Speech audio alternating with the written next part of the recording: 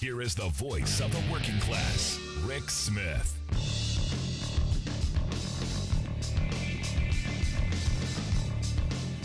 And welcome, brothers, sisters, working class heroes. This is the Rick Smith Show.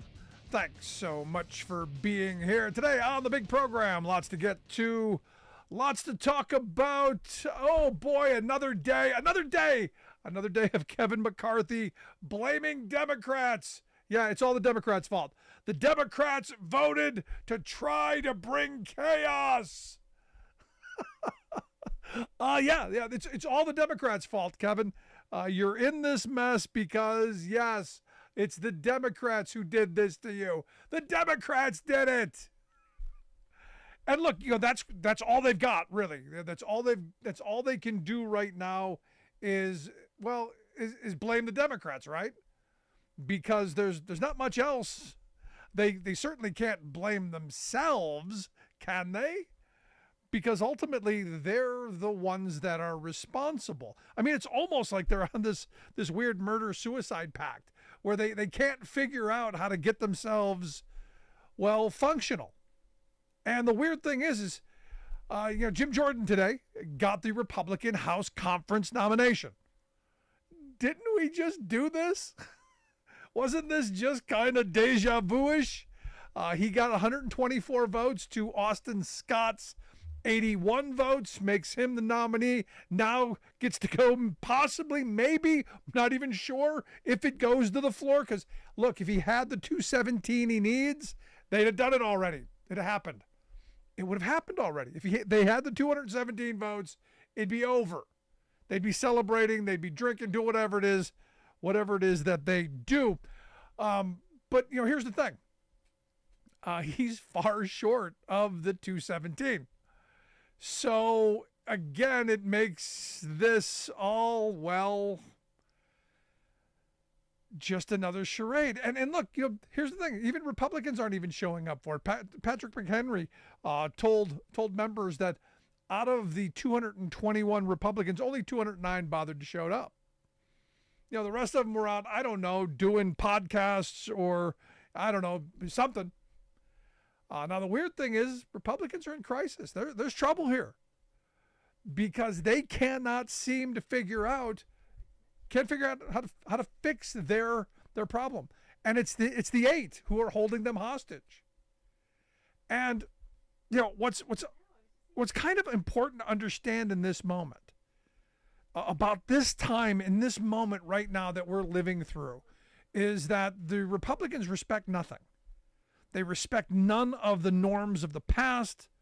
They respect none of the precedent of the past. None of that. They don't respect election results, and that's new-ish.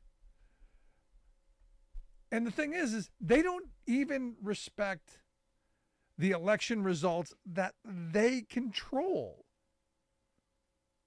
Now, understand, you had the caucus nod that Scalise got, which normally, in normal times, you come out of that conference, you have the backing of the majority of the members, and you go, hey, as a functional party, we won, let's move along, let's get some work done, there are things we can do.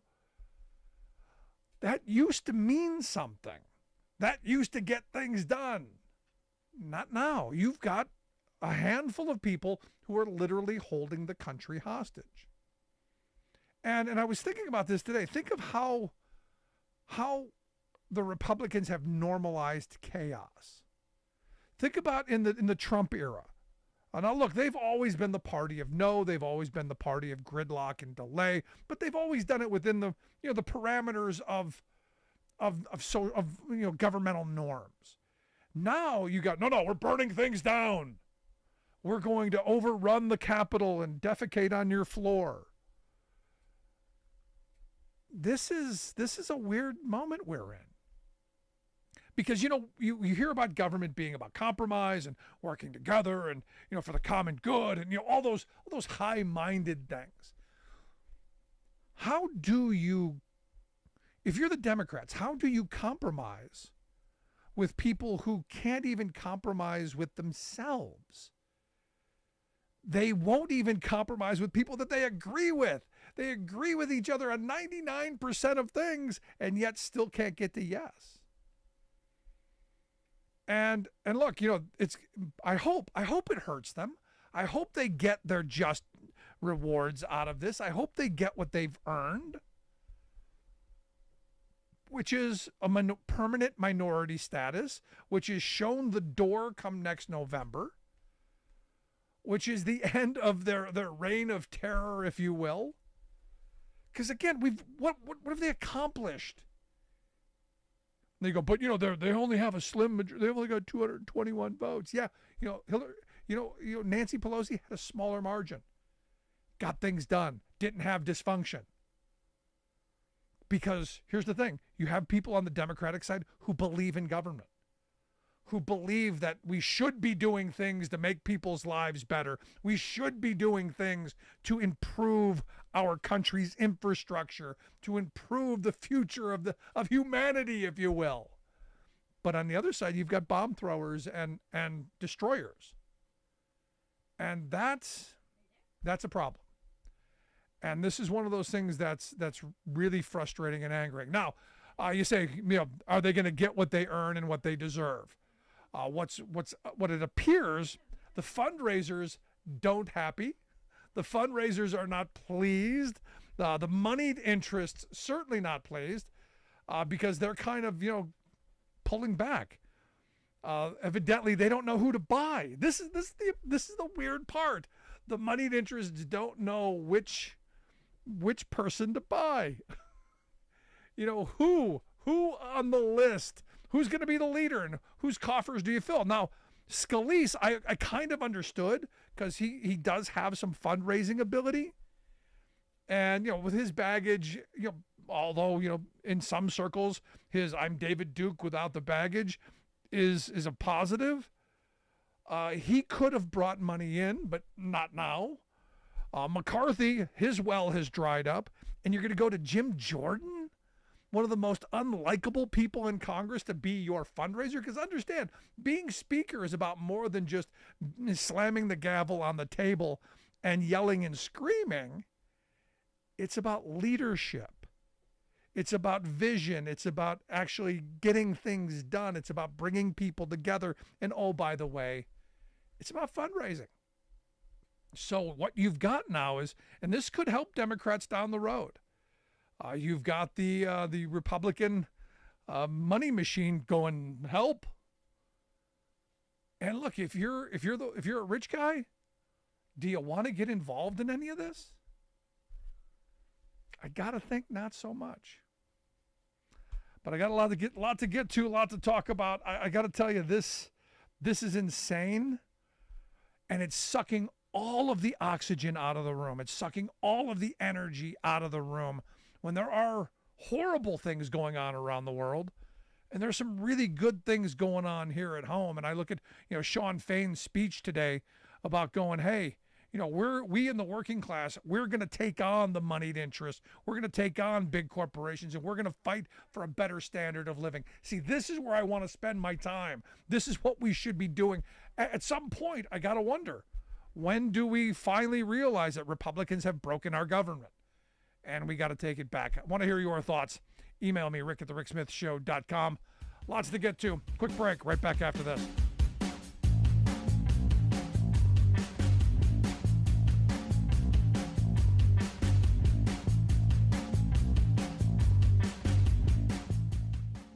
We are AFGE, the American Federation of Government Employees. We represent 700,000 federal and D.C. government workers who are the vital threads of the fabric of American life. We support our nation's military. We take care of our nation's veterans. We protect our nation's borders. We respond to our nation's crises and natural disasters. We provide services to our nation's seniors. The American Federation of Government Employees. We work for America.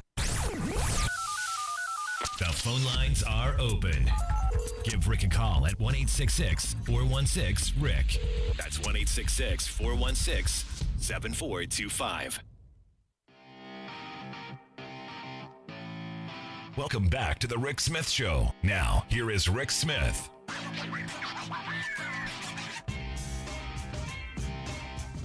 Absolutely amazing where we are. Just mind-blowing. Let's quick go to the phones. We've got Kurt from Akron on line one. Kurt, how you doing today? Hey, good evening, and I haven't talked to you in 11 billion years. What's in your mind? Well, hey, first of all, $2.85 a gallon for gas in Akron, Ohio tonight. Not bad. I wish Not I bad lived at there. Well, there's a house for sale down the street. But anywho, why does it seem like 25 years ago, we're reliving a Groundhog's Day of 25 years ago in the House of Representatives? You remember when Bill Clinton was being impeached and Newt Gingrich had to resign in disgrace after the midterm election, and then they're doing the impeachment vote, and Bob Livingston was the next one in line to become the Speaker of the House, and he resigns in disgrace before he's even voted on because he had an affair with some woman other than his wife. Yeah. And then we ended up getting Denny Hastert. Yeah, and if only we would have found out he was a kid toucher, and he would have gotten ousted. Exactly, but see, this is what I'm saying is we don't have McCarthy anymore. Scalise resigns for whatever reason. Marjorie Trader Green says it's because he has blood cancer, which that could be the case. And we end up with another guy who is a wrestling coach who covered up for child molestation. So why is it we're having Groundhog's Day in the House of Representatives 25 years later? Well, I mean, it is the Republican Party. Good point. Exactly. Oh, and then also, you were talking about the moneyed interest. Remember, Donald Trump ain't going to give any money to those guys because Donald Trump doesn't spend money on anybody but himself, and he doesn't even spend it on himself. He just kind of hoards it. Yep. Because if he wasn't rich, he'd be hoarding garbage. Well, that's why they weren't going to make him speaker, and I thought that from the beginning because that job is all about raising money. But I appreciate the call, Kurt. Thanks so much, buddy. Thank you. Let's go to Steve on line 2. Steve, how we doing today? What's on your mind, buddy? Well, I mean, I share your view with regard to what's going on in the Republican Party. Yeah, I mean, it's like a bunch of children who decided, okay, well, we don't like the class president, and we're going to oust him. We have no plan for what comes after that because we don't have anybody else who could possibly get elected to the position. But, hey, we'll oust him because we can. Because like a bunch of children, we didn't get everything that we wanted on some menu that we had going into this process. Because in a functional democracy, in our system of government, you don't get everything you want. Why? Because you don't control everything in government, and you certainly don't control the White House. And the president has the capacity to veto what things that are passed in the Congress. And there's a lot of people who voted for the other party. It's not as if you've got a supermajority in your House. So, and the speaker that you did have just barely squeaked by a victory after 15 ballots. And so basically, whoever runs now has got about 4 or 5 people in their party that they can play with as far as margin of victory. And given the 2 votes that were taken today, what we know about Jim Jordan is the first one, he was down over 80 votes. The second one, about 55 votes.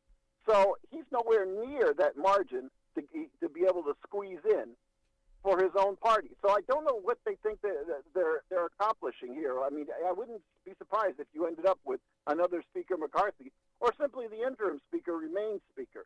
But from the standpoint of Democrats and other people, they're just sitting back, like you and I, with our legs up, and saying to ourselves, okay, this is a great show because going into 2024, what are you going to run on as a Republican? Oh, yeah. Wow, look at we're functional. We're a great party. Look at what we're doing for you in Washington.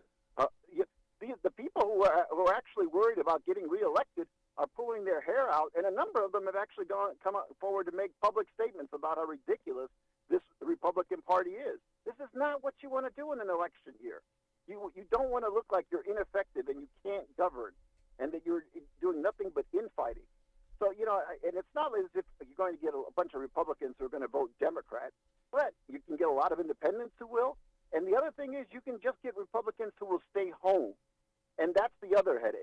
So, again, like a bunch of children, there was a time to pull this. This year was not it.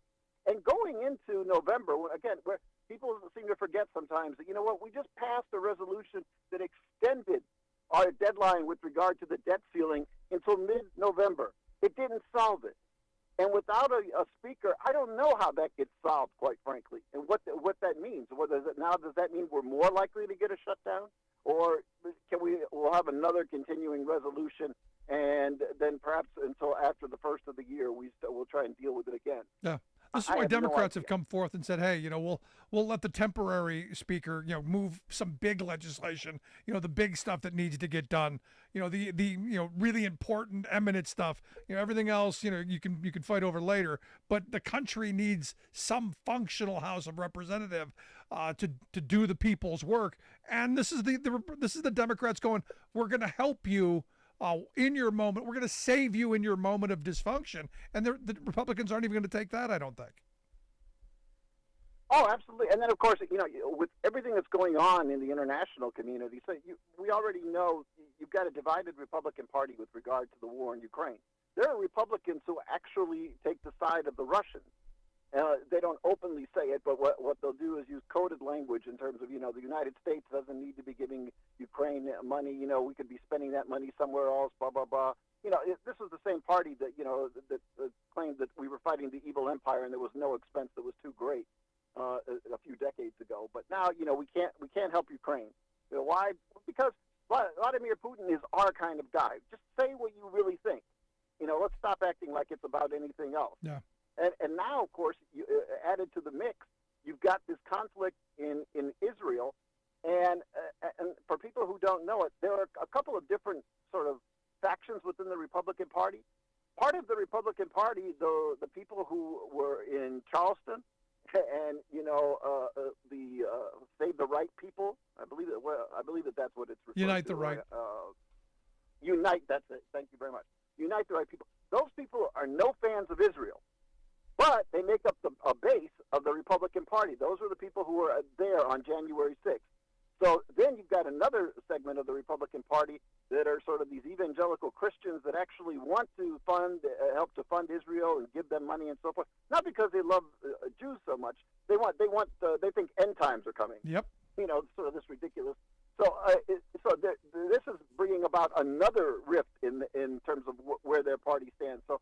Yeah, I don't know where we go here. It's difficult to try and gauge crazy people because if you're not crazy, it's hard to understand the minds of crazy people. There you go. I appreciate the thought, Steve. Thanks so much, man. Thank you. No, he's absolutely right. Look, in fact, we talked about this the other day. You had that former Ohio legislator, the one, I forget what her name is, Candace Keller, I think her name was, who posted she's happy. The end is near because she's one of these.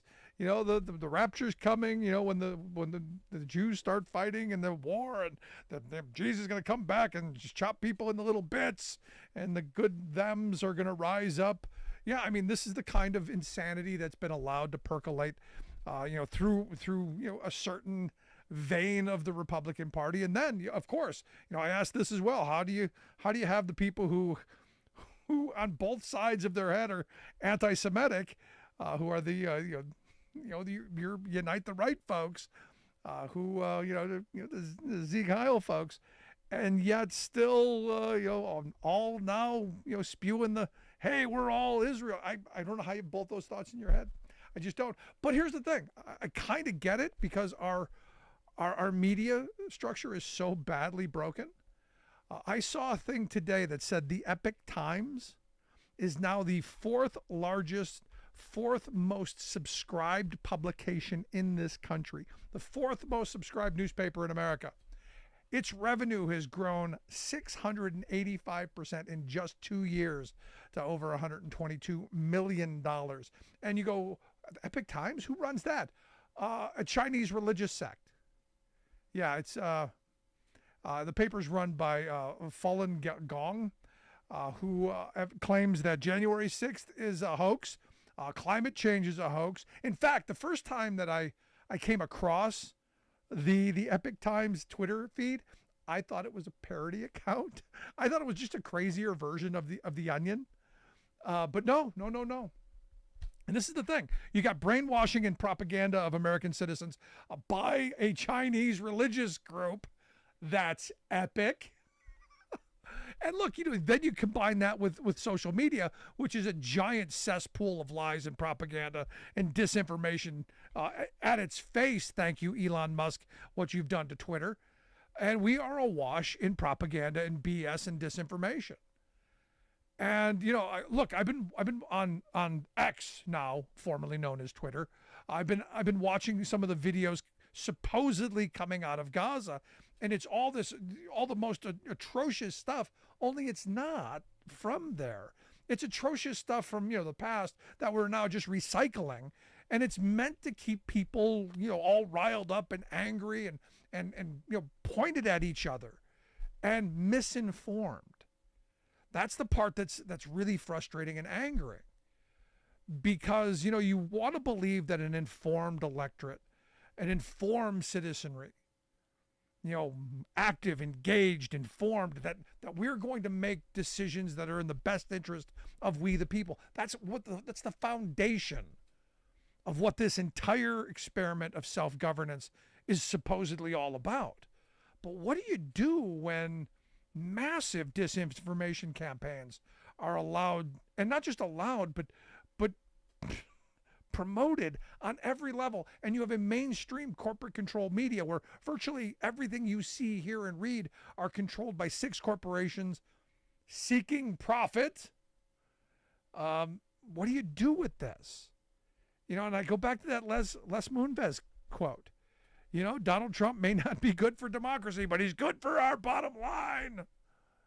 Which is why, again, The Hill today puts out a piece on the Trump campaign defends Hezbollah remarks. Quote, smart does not equal good. So they wrote a whole piece defending Trump's comments. Yes, we have a media structure playing both sides of the fence because, hey, we got to prop Trump up because you got to have a Trump-Biden race because that's how you're going to make money.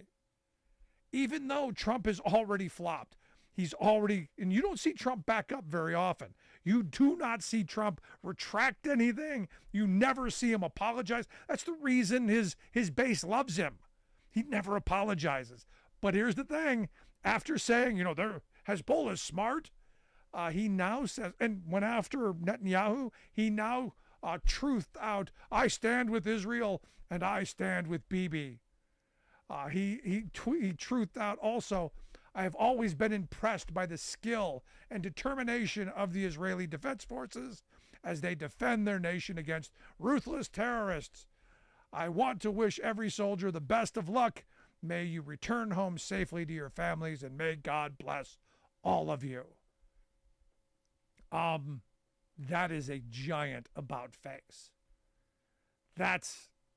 I know he's on both sides of every issue most of the time, and he's slippery like any con man.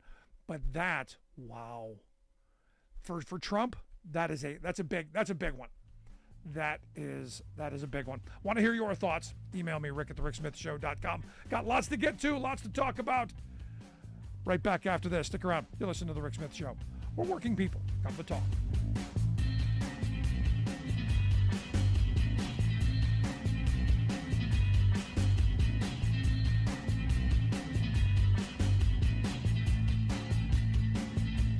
I'm Rick Smith, and this is Labor History in 2. On this day in labor history, the year was 2010. That was the day 33 Chilean miners were finally pulled to safety after being trapped for 69 days. Workers had been mining copper and gold 2,300 feet down at the San Jose mine near the northern city of Copiapo when the mine caved in early August. The company waited several hours to notify authorities, and rescue efforts only began 2 days later. Trapped miners initially tried to escape through ventilation shafts, but found the required ladders missing. Each route they attempted was blocked by fallen rock or threatened additional collapse. A state-owned mining company took over the rescue efforts, and soon they began. As geologist Serena Sorensen noted, prospecting for people. Initial exploratory boreholes failed to locate miners because mine shaft maps had never been updated. Rescuers had no idea whether miners were even still alive. Finally, 17 days later, the 8th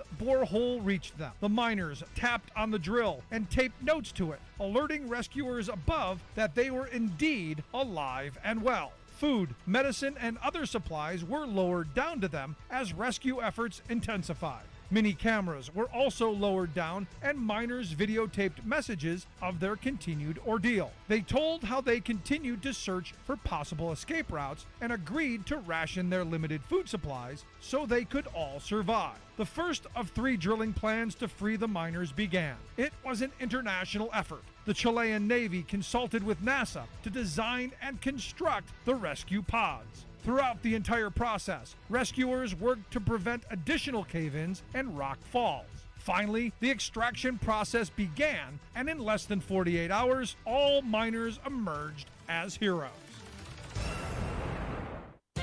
Here's my suggestion for stopping the ultra-right-wing loopiness coming out of the mouths of Republican officials. Hearing aids. I'm convinced that the wacko blatherings of Matt Gaetz, the ravings of the QAnon cult, Trump's tantrums, and so many others are the result of a tragic neurological disconnect. This affliction lets their tongues wag impulsively, but their ears don't pick up the noise, so they're unaware that they are prattling nonsense. The current chaos in Congress's Republican caucus is one embarrassing example of this eardrum contagion, but it has spread throughout the country, even to local right-wing officials. In Shasta County, California, for example, the Republican-controlled Board of Supervisors recently lurched into full-tilt screwballism, frenetically warning that Japanese forces are weaponizing mosquitoes to be, quote, flying syringes to mass inject Americans. See? No way they would have said that if they could hear themselves. Which brings us to the fount of present-day right-wing goofiness, Texas state officials. Their latest tone-deaf ploy is by Governor Greg Abbott, who wants to divert our people's tax dollars from public schools to exclusive private academies, subsidizing the rich class he serves. He's tried to do this before, but he fails, since even conservative Republicans in rural counties don't want their public education turned over to profiteering corporate chains. So this time, Greg is hyping privatization as a, quote, religious freedom issue, piously preaching that, quote, God created us to have family units, not state bureaucrats, make decisions for families. This is Jim Hightower saying, sheesh, does Abbott even have ears? Or maybe he's hoping that we don't have memories, for we have heard him howling constantly that the state, not families, must make every woman's personal reproductive decisions. Let's buy a hearing aid for him and set it on a constant replay loop.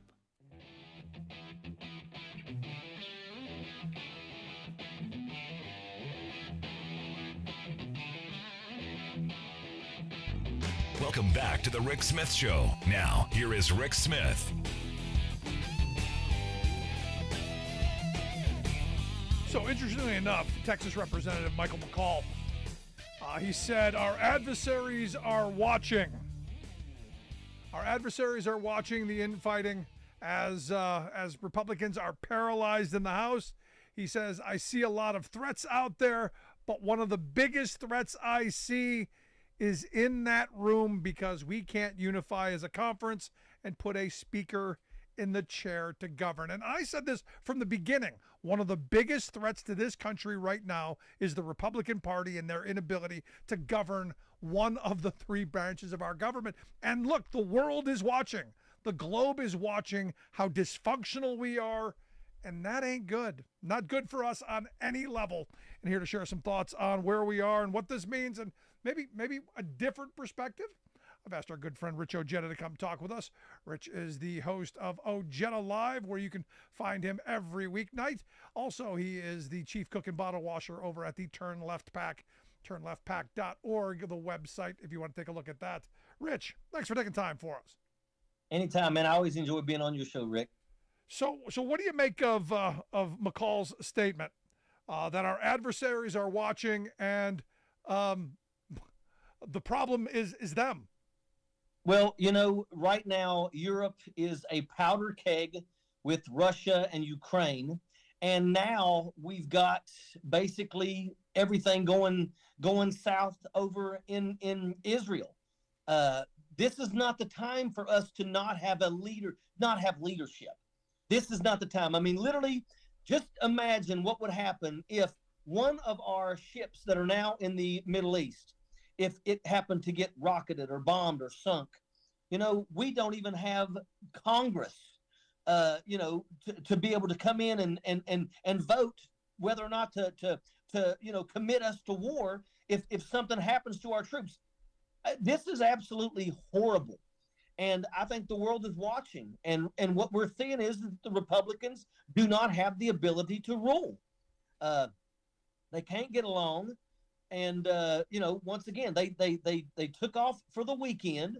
This is not the time to be taking off for the weekend. And then again, too, we got Jim Jordan is the leading guy, but he's going to have to probably make some concessions with Democrats. And I don't think Democrats are going to want to do anything with him. I don't think you can trust him. No different than Kevin McCarthy. The reason why, I love it when people say, the Democrats voted with Matt Gaetz. No, they didn't. They voted against Kevin McCarthy because all the promises that Kevin McCarthy made, he broke. I can assure you that if the Republicans want to basically do a vote to oust Gaetz, 100% of the Democrats will vote there too. But here's the thing. I don't think Jordan's going to get any Democratic help because, I do remember Benghazi. I do remember all of the things that he's done over the years that I don't see Democrats ever coming around to helping him. But again, this isn't the Democrats' problem. The Democrats are not at fault here, no matter how many times Kevin McCarthy blames Democrats for the chaos that Republicans have created. This is not a Democratic Party problem. This is the leadership of the Republican Party who are in the majority right now. So my question is this them telling us they don't want to be in the majority? They like minority status because they can be the children that they are in the minority status. Well, being in the majority, your job is to pick a speaker. And they are proving to absolutely not be able to do that. And once again, like I said, the Democrats don't have no responsibility to come to the rescue of anybody in the Republican Party. And I don't know, this is going to be ugly. But I'll tell you right now, they better figure this stuff out really quick. But because Rich, we have a lot of. But Rich, for the good of the country, Democrats should concede. Democrats should come around and they should give in. No, they should not give in to Jim Jordan. There's no reason to give in to Jim Jordan. For the good of the country, Rich. Look, it's not, but that's not the good of the country. I'll be honest with you. I don't think that Jim Jordan deserves to be in that position. I mean, remember, if he becomes the Speaker of the House, he's like third in line for the presidency. He is, and here's the guy who absolutely, I guarantee you, participated in January 6th, knew everything about January 6th. This guy literally helped Donald Trump. So it's the last person that we want to see with the gavel. And the Democrats have no responsibility whatsoever to elevate him to that position. They have every responsibility to fight like hell to make sure that we don't have somebody like Jim Jordan getting the gavel. Now, it was said today by McHenry, the interim speaker, that basically Republicans aren't showing up. Out of the 221, only 209 bothered to show up for work. There are 212 Democrats who voted for Hakeem Jeffries. There seems to be a majority there. Yeah, no, you're absolutely right. It's really messed up that, behind closed doors, the Republicans are scared because when Donald Trump said that Jim Jordan is the one, the Republicans don't want Jim Jordan. They know he's a joke. I mean, here's the guy who literally had the gall to tell somebody that he was going to subpoena them and Swalwell destroyed him, by the way. It's a double standard that this guy, lives by. And at the end of the day, you have a lot of Republicans that are scared to actually come out and vote because they don't want to have to say, I want that person other than Kevin McCarthy. Yeah. Not Kevin McCarthy, but other than Jim Jordan, because Donald Trump is going to attack everybody who does not go with him. And that could potentially put people in harm's way with their reelection. Remember, the House of Representatives runs every 2 years. They're about ready to get back on the campaign trail. Here's how biased our media is, though. How many stories have we seen about Jim Jordan and what went on at Ohio State. Now that his name is thrown into the ring for a big job, I guarantee you, if this were a Democrat who had the kind of baggage that Jim Jordan has, it would be the lead on every one of the, the F channel and all of the powerful cable news that conservatives control. Right-wing talk radio would be insane with it. It would be nothing but Jim Jordan is, child molester, Jim Jordan, covered up for pedophiles. It would be that wall to wall. And yet, I brought it up to a conservative today who had no idea, none whatsoever, what I was talking about. Well, I will tell you, I believe that the Democrats hold their own accountable. I mean, that's just how it goes. When a Democrat gets caught doing something, they've already asked Bob Menendez to step down. The guy's evidence is stacked up against him. And nobody defended him, Rich. There's nobody who's come out and defended him. I look at this thing with George Santos. How is George Santos still in Congress? Yeah. Well, and that's the thing is that, he's in Congress because they won his vote, and they know that he will vote the way he's told. Now that he's gotten 10 new charges added, you finally have some Republicans that got a backbone that say they want to make sure that they get rid of him. But we have to wait and see, because once again, do you think do you think that Jim Jordan is going to get rid of one of the votes that he needs? I mean, these people are going to look the other way. But if it was a Democrat, they would be on fire right now. And that's an absolute fact. If we had a Democrat that acted like Lauren Boebert, a Democrat that acted like Marcia Trainwright Green, a Democrat that acted like Josh Hawley, a Democrat that acted like, and I could go on and on and on, they would be ran out of the caucus. Yep. But the Republicans absolutely will protect their own, regardless if their own are the worst of the worst. I mean, and if we look at these people, Jim Jordan has got some serious baggage. The mere fact that they could elevate this guy is absolutely sickening. He doesn't deserve to be the speaker. He is a dangerous human being. He's a liar. He's just garbage. And apparently that's where we're at. And what's really sad is that we have a lot of problems right now. Yeah. I'm telling you right now, we got people in Washington, D.C. that literally are cutting the funding to Ukraine. Understand that we're not wasting one single American life fighting Russia. Ukraine is carrying that load. And remember that Russia's always been our number one adversary. So right now, Ukraine is doing for us what we don't have to do. So the least we should do is continue funding and sending equipment. But we've got people like Marjorie Trainwright Green and them that absolutely say, I want to cut that. They're literally supporting Vladimir Putin. And I'm going to tell you right now, make no mistake about it. What Vladimir Putin wants is he wants us to get bogged down in the Middle East. Because let me tell you something. If you think for 1 second that he's going to be done if he takes Ukraine, you're deeply misinformed. He's going to go for Moldova. Then he's going to go into Romania. He may go into Poland, and he's going to basically go back to the old maps. He wants to control Yugoslavia. He wants to control that part of the world again. He bring that back. And we can't let that happen. No, I said he wants to get the old band back together. And if you think otherwise, you're, as you said, misinformed. I think you're crazy if you think otherwise. You listen to the Rick Smith Show here with Rich Ojeda. Rich is the host of Ojeda Live, a nightly hit on Facebook and YouTube. You can check out the work that he does. Also, check out his website, turnleftpack.org, where he is the head guy over there, getting Democrats and folks elected to Congress, so that maybe we have a little bit of sanity and a little bit of hope of leadership. Right now you've got to be just incensed at what you're seeing coming out of Congress, and with great hope of targets of some of these people to take out. Yeah, I can't believe that this is where we're at right now in this country. We really need to see leadership. I'm appalled that they went home for the weekend. I'm appalled. I don't think that they should be allowed to go home until they've got a speaker. And I'm sure that over the weekend there's going to be a lot of things that's going to be going on. There'll be a lot of phone calls, a lot of conversations. But let's hope that on Monday when they get back, let's hope that we're going to see something that makes sense. I don't think that Jim Jordan makes sense. I also don't think that Scalise made sense. We don't need a KKK member, a guy who says I'm like David Duke without the baggage. We don't need that, but we also don't need Jim Jordan. Jim Jordan has no integrity whatsoever. Jim Jordan will do exactly what Donald Trump tells him to do. These people do not care about our country, because if they did, then they would take this more serious. Yeah. I mean, this is absolute sad.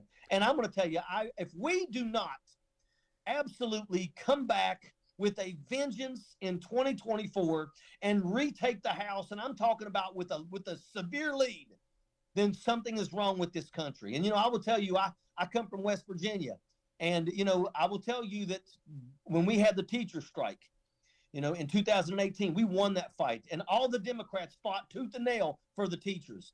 And I'm going to tell you, it was a bloodbath. I don't understand how we could have fought so hard in West Virginia, and then the very next election, literally lose 80% of the Democrats in the state house. And that's exactly what happened. And I'm still like, we fought for you all, and you didn't reelect these people. What the hell's wrong with you? But, that's nothing surprises me when it comes to politics. Well, I go back to what we said a moment ago. The reality is the right-wing conservative media in this country is so powerful, has such a grip on so many people that reality doesn't seem to matter anymore. It's what's on the F channel or any of the other hundreds of other outlets that billionaires and ideological right-wing groups fund. Look, they're masterful at it. Well, the problem is that they're watchers, the viewers. The viewers refuse to watch anything else. I mean, understand that the F channel just had to pay $787 million. And they're getting ready to get hit with another one from Systematic. And they say that they're not going to take anything less than $787 million.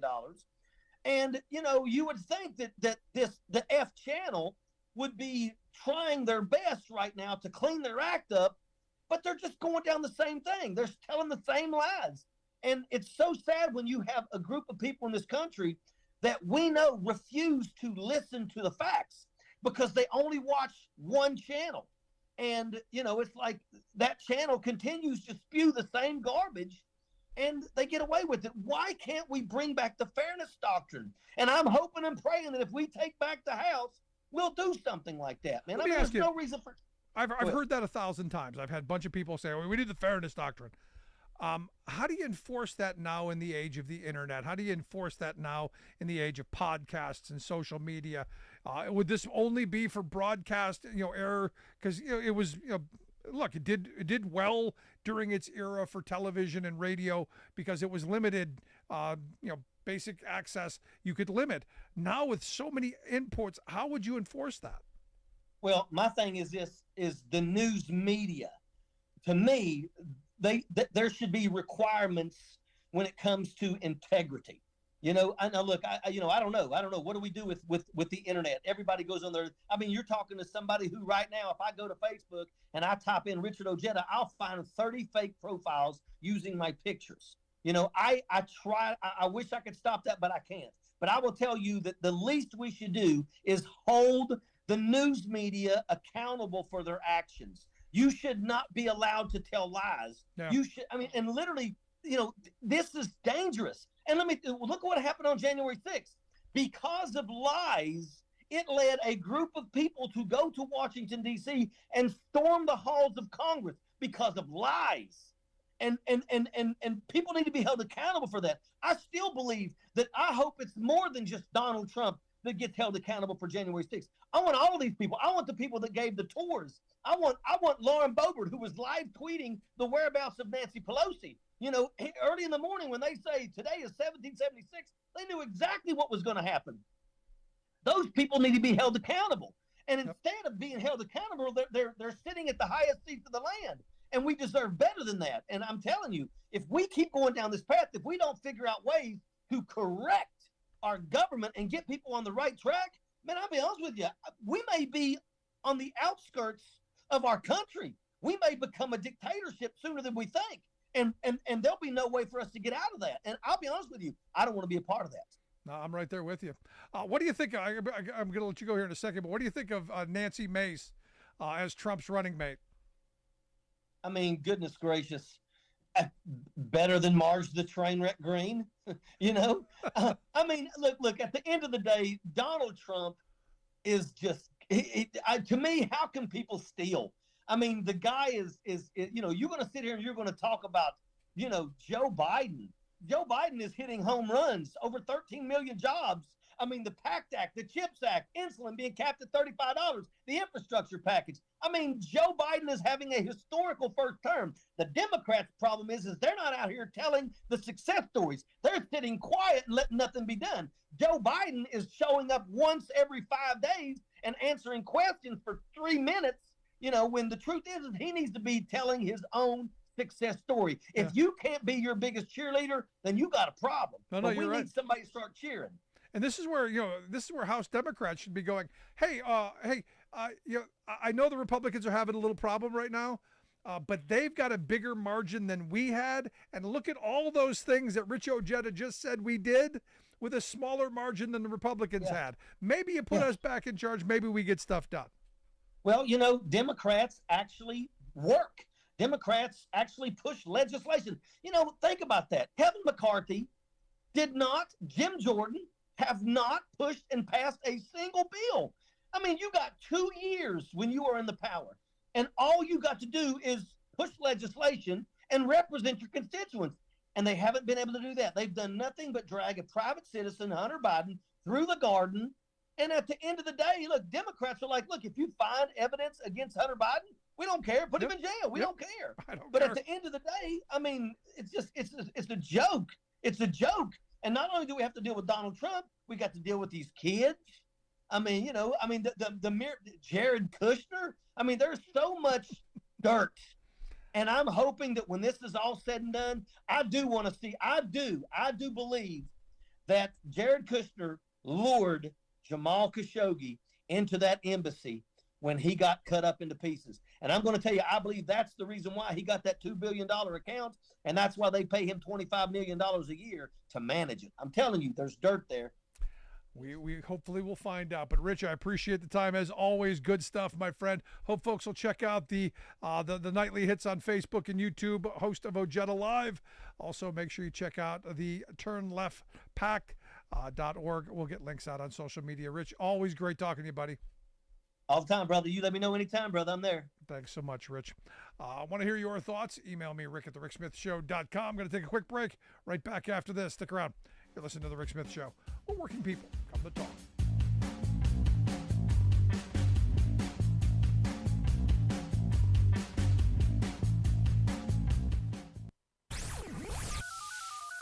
The phone lines are open. Give Rick a call at 1-866-416-RICK. That's 1-866-416-7425. I'm Rick Smith, and this is Labor History in 2.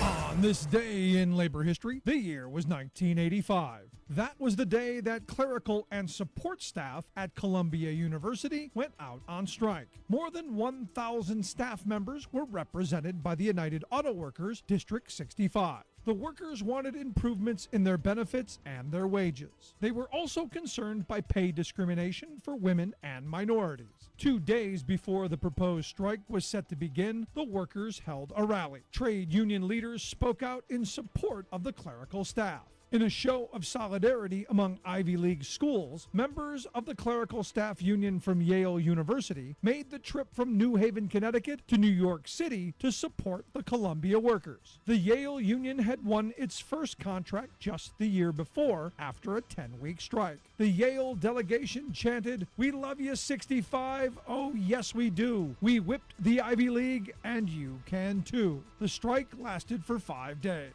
Some of the students formed the support group Students for a Fair Contract and helped pass out leaflets on the picket line. The Teamsters refused to cross the picket lines, stopping deliveries to the campus. According to the Columbia Spectator newspaper, the final contract included significant gains for the members. They won a 6% increase with retroactivity and additional hikes for minority workers, lower deductibles on medical insurance, and non-discriminatory clause and new technology language. The union's victory at Columbia was part of a wave of strikes by clerical workers at some of the nation's top schools. Stanford University went on strike in 1974 and 1982. Cornell's staff held 3 strikes during the 1980s. The workers who run these elite, well-funded institutions were standing up for their rights as workers. You're listening to The Rick Smith Show, where working people come to talk.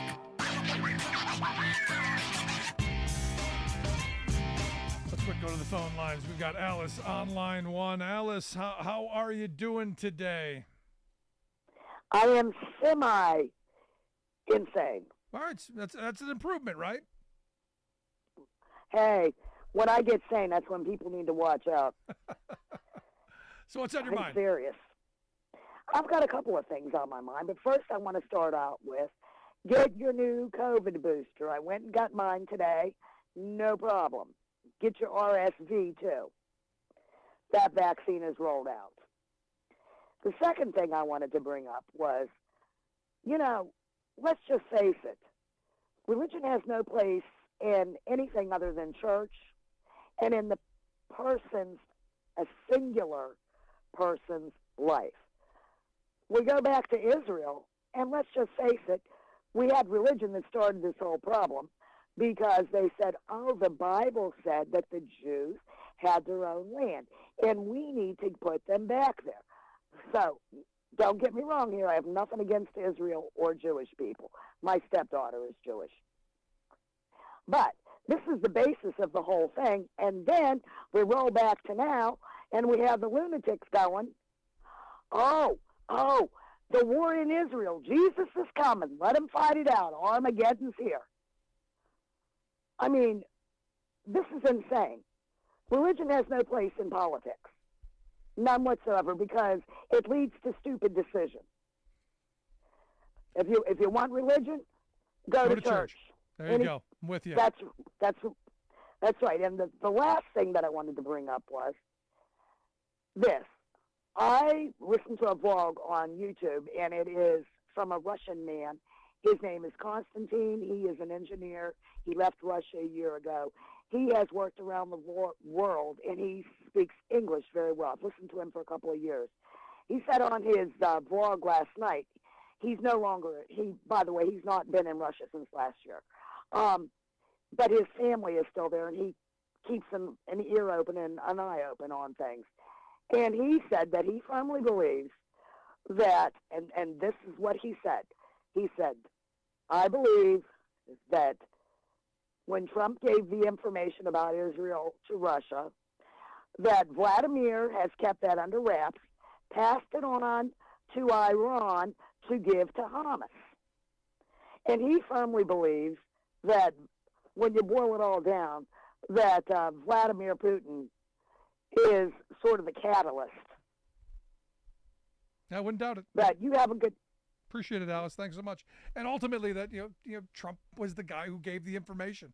This is the problem with having someone who remember that old saying, "Loose lips sink ships." There's your loose lips guy. There's a guy who, hey, like me. Here, see what I have.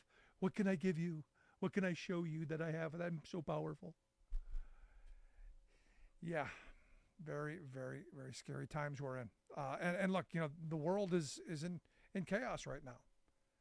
And we have no functional leadership here at home in our House of Representatives. And I go back to, thank goodness for Joe Biden. Thank goodness Biden has been steady. He hasn't gotten involved in their games. He's just shown up, done his job, and is moving the country forward. Thank goodness for that. And hopefully come next November, we throw these chaos merchants out and we get more people who want to do the job. If our planet keeps warming, parts of it will become unlivable. New study warns mankind in big trouble without climate action. The basis of the investigation is that this was deliberate. Damage to an undersea gas pipeline in Europe looks like sabotage. Plus, European Union launches world's first carbon border tax. So there's that. All of those stories and more straight ahead. From BradBlog.com, I'm Brad Friedman. And I'm Desi Doyen. Stand by for 6 minutes of independent Instant green news, politics, analysis, and snarky comment. Last week when I was testifying in Congress, hearing a lot about EVs, I feel like it's 2005 and I'm meeting people from the Rotary Phone Society. I wonder which people Pete Buttigieg was talking about in Congress. This is your Green News Report. Okay, Desi Doyen, 2 storms in 2 days slamming into the Pacific coast of Mexico. Nothing to see here, nothing to worry about, right? Well, you know, the hits just keep on coming. Those 2 storms in 2 days were fueled by record warm ocean waters. Tropical Storm Max spun up in 1 day and then hit Acapulco on Monday. The second storm, Hurricane Lydia, rapidly intensified right before landfall from a Category 1 to a dangerous Category 4 storm in just 10 hours before crashing into Puerto Vallarta, giving communities no time to prepare. We're seeing a lot of this lately, aren't we? Yep. Lydia is the 3rd strongest hurricane in history to hit Mexico's Pacific coast, and a growing body of evidence links the increase in rapid intensification of storms to man-made global warming that is heating up the oceans. You don't say. In South America, scientists at the World Weather Attribution Network announced that the recent prolonged record-shattering heat wave that saw temperatures soar above 100 degrees in late winter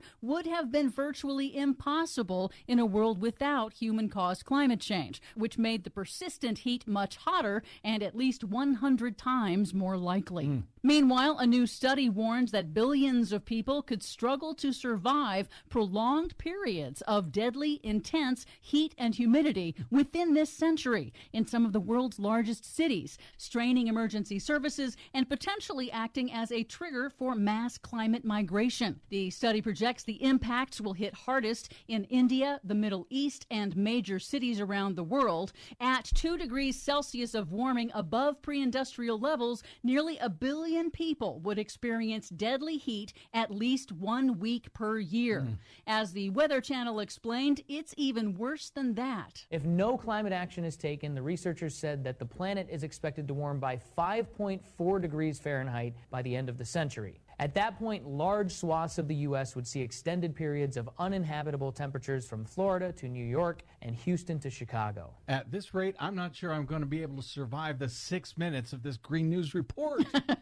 Well, in the geopolitics of energy, the war between Israel and Hamas has triggered a sharp, nearly 30% spike this week in natural gas prices in Europe after Israel ordered the shutdown of an offshore natural gas facility in the Mediterranean. In Finland, Prime Minister Petteri Orpo announced this week that a natural gas pipeline connected with Estonia in the Baltic Sea has apparently been sabotaged. According to a preliminary investigation, significant damage to both the gas pipeline and an undersea communications cable was, quote, deliberate. Some experts suspect Russia is involved as an intimidation strategy going into winter in the wake of Finland joining NATO earlier this year.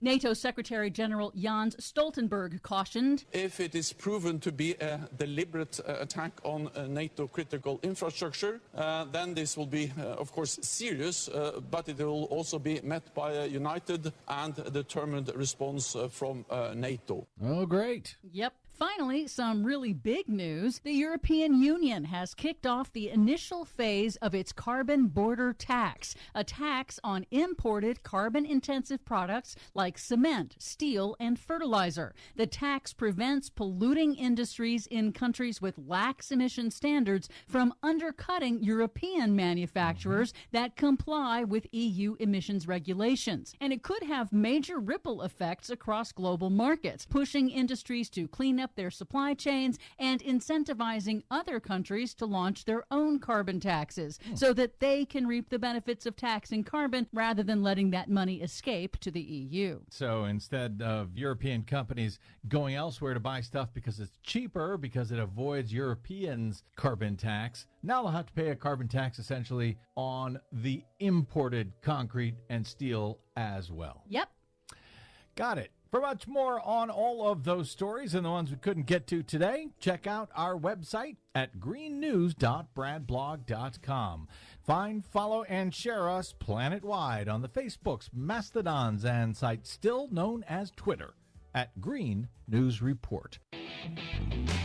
Are you tired of think tank approved corporate news and commentary? Are you tired of CEOs telling you what to think, who to hate, and who to vote for? Well, welcome to the Rick Smith Show. We don't take orders from some boardroom, and we don't do focus groups or talking points. We don't work for them, and we never will. I'm Rick Smith, and I work for you. Join us daily at thericksmithshow.com and download the podcast and never miss a minute.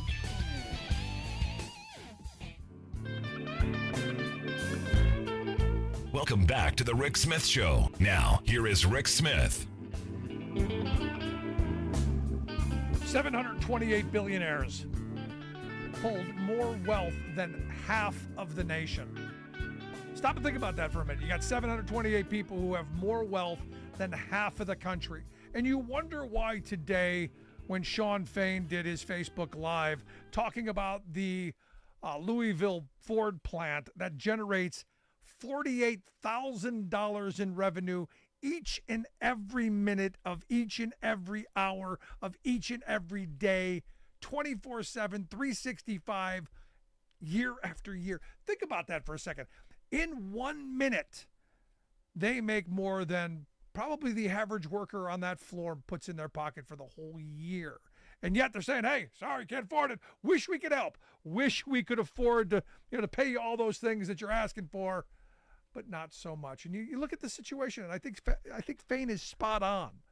This is a moment where working people have got to stand up. This is a moment when working people have got to go, enough is enough. It's time to redistribute wealth the way it used to be when our grandparents were around, when we had 35% union density, where we had a 92% top marginal tax rate, and where we were eating the rich. And here to share some thoughts on maybe how we get back to that and some of the news from the picket line, I've asked Jessie Kelly to come talk with us. She is a UAW Local 160 worker, also chair of their communications. She also holds an incredible podcast. Jessie, thanks for taking time for us. Thank you for having me back on. So I heard this number, and again, 48,000. Fain hit this a couple of times, 48,000 each and every minute of each and every hour of each and every day. That's a lot. Yeah, 48,564, which is absolutely astronomical and just insane to think about. Absolutely insane to think about. And then to tell you that, hey, sorry, we can't meet your needs. We can't help you support your family with the labor that you do, the wealth that you're creating, the revenue your labor's bringing in. Sorry, can't share. Right. And a lot of those people there are temporary employees, or they're the second tier workers that are making $16.67 an hour. That's it. And they're still generating $47,000 per minute. Now, what I liked about what Sean Fain was talking about is this is much more than just your membership. This is a societal thing. This is about finally working people saying enough. He used the word working class a lot. It sounded like he could have sat in my chair and done the show for the last 18 years, because it's the stuff that I've been talking about for all of these years, that finally the working class of this country has to come together and demand better opportunities, better wages, hours, conditions, opportunities for their kids, for their communities. And I'm glad there's finally someone going, hey, you know what? Especially in a leadership position like as the head of the UAW, talking like this. You don't hear this, I don't think, near enough out of politicians or even labor leaders. Yeah, I completely agree. And that's what we do it for, because it's not about us. It's even auto workers, when we formed the union and the UAW started, it was about setting a standard of living inside of America for everybody. And it's about rising tides, raising all ships, not just our own. And I think you hit it right on the head when you said opportunity. It's about opportunity.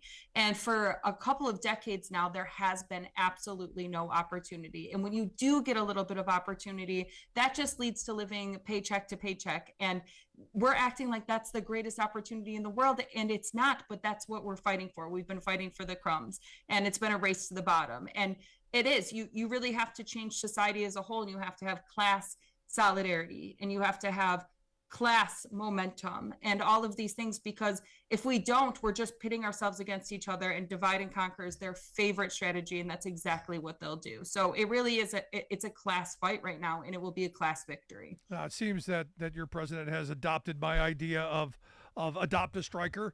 Everybody finding a picket line, getting out there and marching on the picket line, bringing some water, some food, maybe a couple of bucks for the strike fund, but engaging not just members but other union members, people in the community, because this really is about community. This should be about, as you said, rising tides lifting all boats, and this is how they did it in the past. The hope is people will find a picket line and adopt a striker. That is exactly the hope. And I think that they will. And that's what's so interesting about this strategic strike and the stand-up strategy, is that you do have some workers that are still at work making regular paychecks, and you have some of the brothers and sisters out on the line making 500. And we're in a really, really unique situation right now where we can make a sacrifice too, and we can kind of share the wealth of us working regular hours right now and trickle that down to them. And I think it's working, because I'm seeing some of these pantries, and these pantries are astronomical. They're way bigger than the 2019 strike against General Motors. They have enough things to sustain them for so long, and I love that. And even some of my coworkers on the floor the other day was like, we're going to go out and we're going to grill them steaks, because we're not bringing them pizza and we're not bringing them donuts. They deserve steaks, and we're going to go out there and we're grill them the best ones ever. And I just love to witness that and to see that, because they know that those people out on the line right now, they're making the sacrifice for us, and we'll benefit from that sacrifice. So we want to make the sacrifice back to them. Especially now, because you've hit the month mark, right? I mean, this is, these folks have missed a paycheck or two. We're now down the road where this is starting to become real, and this is becoming, something that is starting to hit the pocketbook a little bit, isn't it? Yeah, absolutely. I mean, the majority of our members, so they say 60%. I think that's even lower than what I would have projected, but they're saying 60% of our membership lives paycheck to paycheck. That means that they felt it immediately. The majority of our members felt it immediately and have already now in a situation where they can't pay their bills, or they can't pay their mortgage, or they're making the hard decisions of, do they feed their family this week, or do they pay the electric bill? And that's why we need to step up for them. And the good news is that we are. And tomorrow will be exactly 1 month into it. So we are asking every UAW member to go out there, and every ally to go out there and walk the lines with these people. I was just down in Chicago, and they haven't been on strike as long, but it's just amazing that when you walk up and you start shaking hands and you start introducing yourself, just how re-energized they get to see people that aren't in their local, helping them out and standing with them, and just being on the line with them and talking to them and wanting to hear how they feel.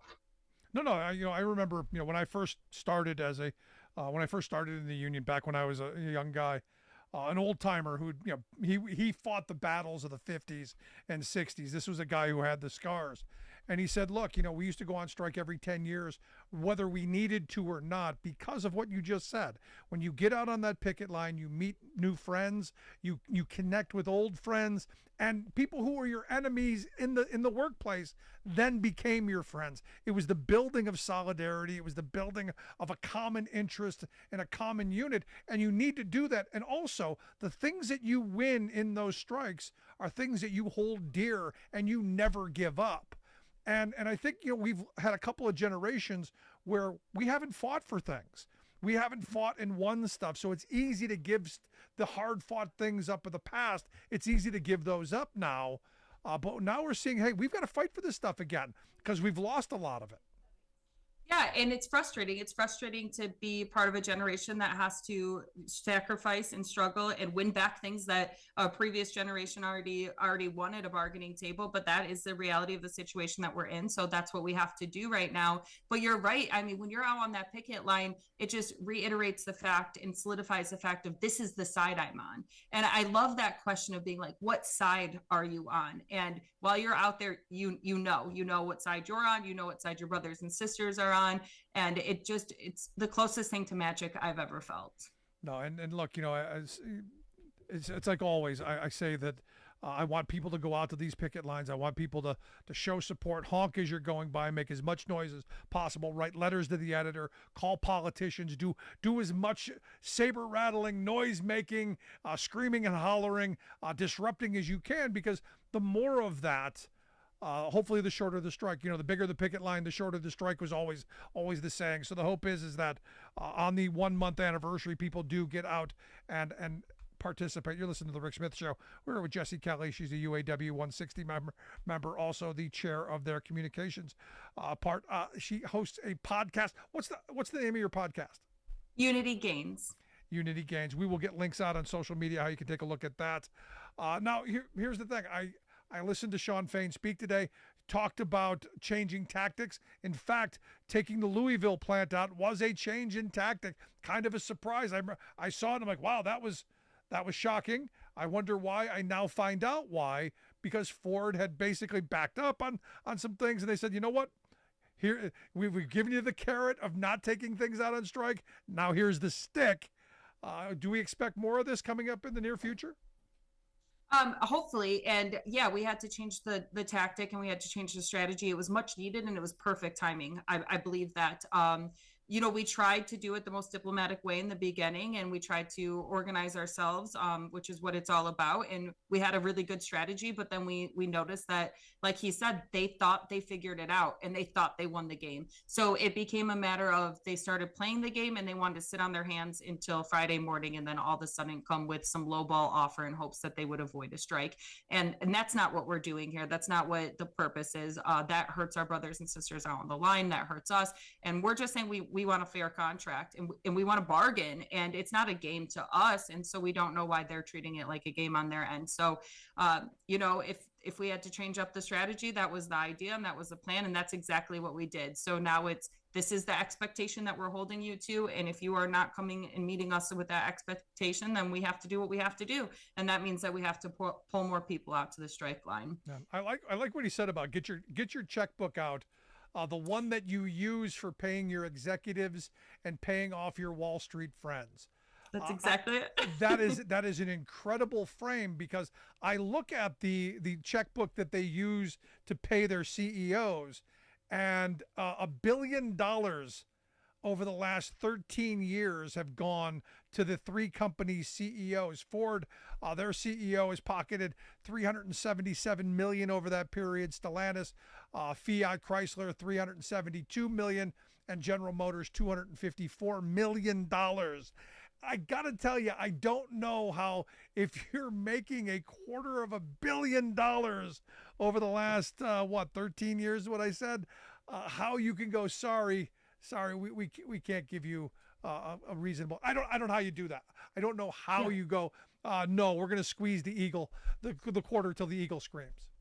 I mean, that used to be my biggest complaint. So I was a temporary employee for 3.5 years. And I remember when I was a temporary employee, they would march me and all my brothers and sisters into a room. There was 300 of us at the time.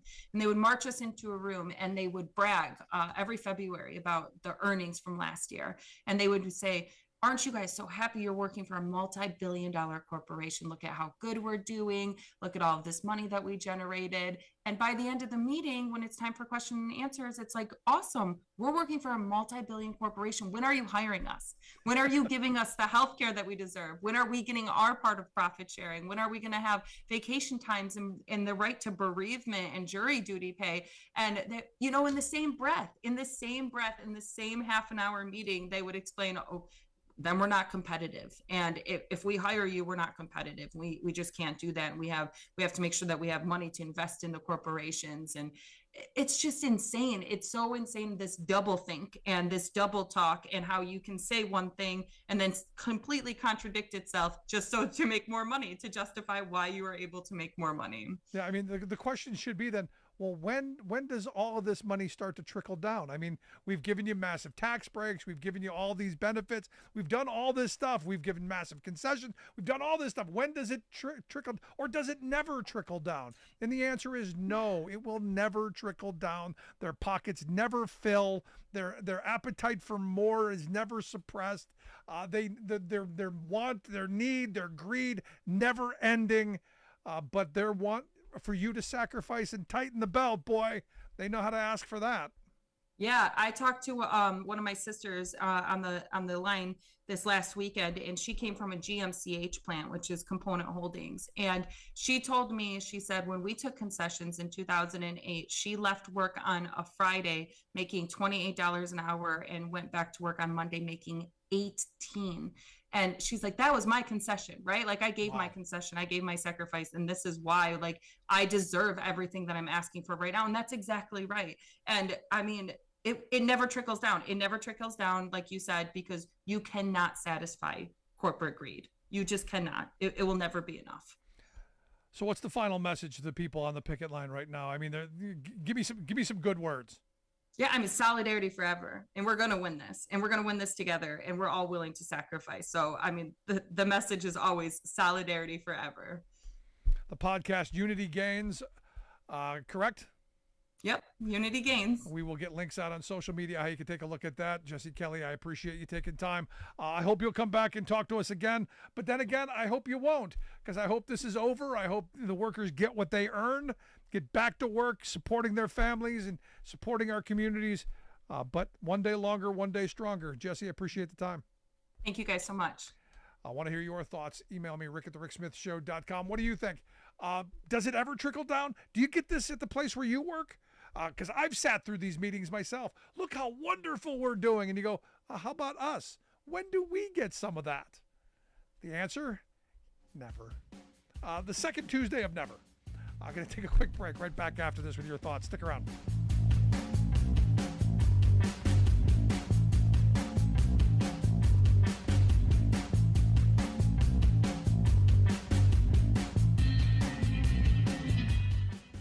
We are AFGE, the American Federation of Government Employees. We represent 700,000 federal and D.C. government workers who are the vital threads of the fabric of American life. We support our nation's military. We take care of our nation's veterans. We protect our nation's borders. We respond to our nation's crises and natural disasters. We provide services to our nation's seniors. The American Federation of Government Employees. We work for America.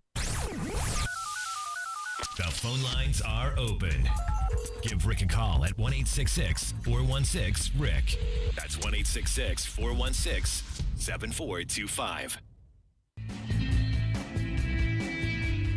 Welcome back to the Rick Smith Show. Now, here is Rick Smith. $1 billion over the last 13 years. $1 billion. That's how much they put in their pockets. Can you imagine that? And then say, sorry, in defense of the market, we need to keep wages down. Whose wages? Clearly, you're not talking about your wages. Clearly not that at all. Clearly not talking about the money that you're jamming into your pockets. It's amazing to me. And look, this is the reason these folks are out on this picket line. This is the reason that workers are striking the way they are. This is the reason people have had enough. And look, understand, strikes work. No matter what they say, strikes work. Perfect example. We didn't get anyone from the Kaiser Permanente strike that went on for a couple of days last week because it's over now. The 85,000 Kaiser Permanente healthcare workers have reached a historic tentative agreement. Going to improve patient care, going to improve patient safety, going to make critical investments into the system. Good stuff. And that happened. Why? Well, it happened because those workers went to the picket line. They are going to raise wages by 21% over the 4 years that are coming. And it's a way to retain some of the folks that they need. There will be a new minimum wage for healthcare workers in California of $25 an hour and $23 an hour in the other states, and going to protect the work of the nurses to stop subcontracting and outsourcing, so that you can keep people who know what they're doing and who know where the bathroom is. This is the thing. Why would you bring in, contract nurses who, especially during work stoppages, why would you bring in these subcontractors or outsourced people who don't even know where anything is. They don't know the system. You haven't done any training. It's really crazy. Also, there's a bunch of initiatives that are going to get some investment to address the staffing crisis, because you got to bring new people in. They've got to streamline the hiring process. That evidently is going to happen because of this. There will be more training, more education. They're going to try and bring in more people through a mass hiring event, and commitment to taking people who start off, at the bottom and help work them their way up by investing in the future of these workers, by investing in the training. Now, look, my union represents a large hospital in the area.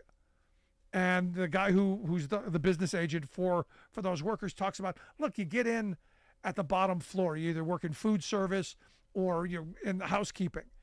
And then you can bid to the next job with your seniority. The longer you're there, you can bid to the next job. And with that comes the bit of training you're going to need to be able to do that job, because they believe in growing, people who are dedicated to the hospital and dedicated to the job, but also rewarding people for staying and wanting to get them to stay.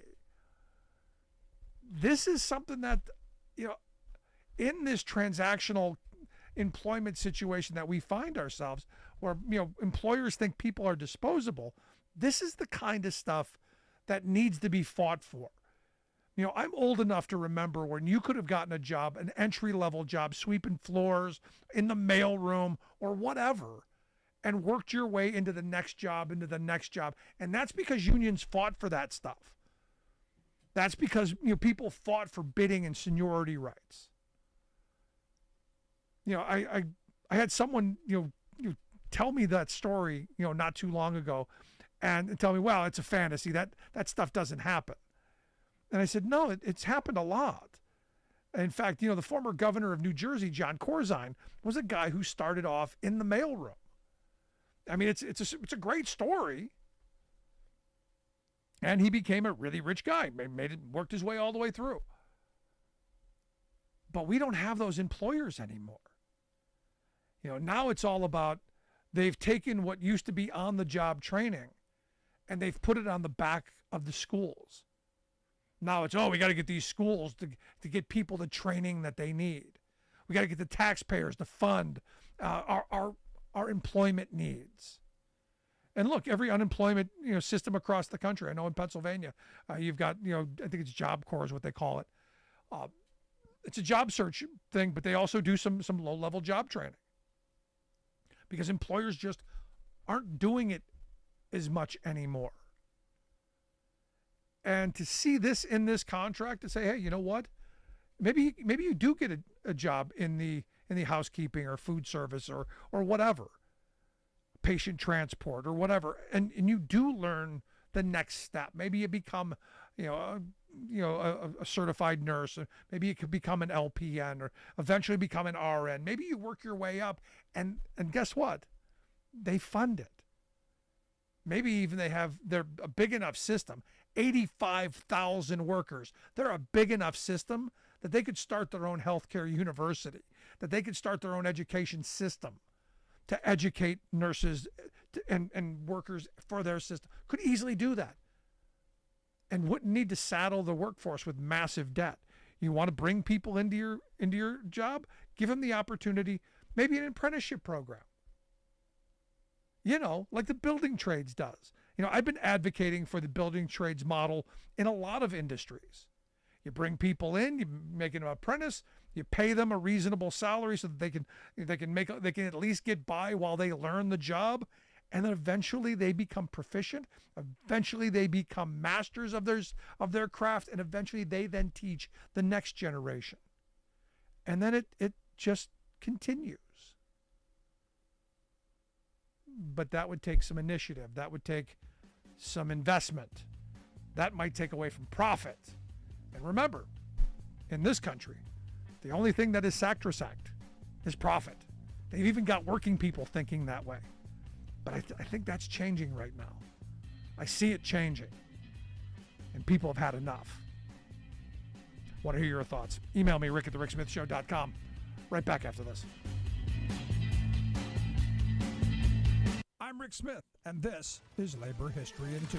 On this day in labor history, the year was 1985. That was the day that clerical and support staff at Columbia University went out on strike. More than 1,000 staff members were represented by the United Auto Workers District 65. The workers wanted improvements in their benefits and their wages. They were also concerned by pay discrimination for women and minorities. 2 days before the proposed strike was set to begin, the workers held a rally. Trade union leaders spoke out in support of the clerical staff. In a show of solidarity among Ivy League schools, members of the clerical staff union from Yale University made the trip from New Haven, Connecticut to New York City to support the Columbia workers. The Yale union had won its first contract just the year before after a 10-week strike. The Yale delegation chanted, "We love you, 65. Oh, yes, we do. We whipped the Ivy League, and you can too." The strike lasted for 5 days.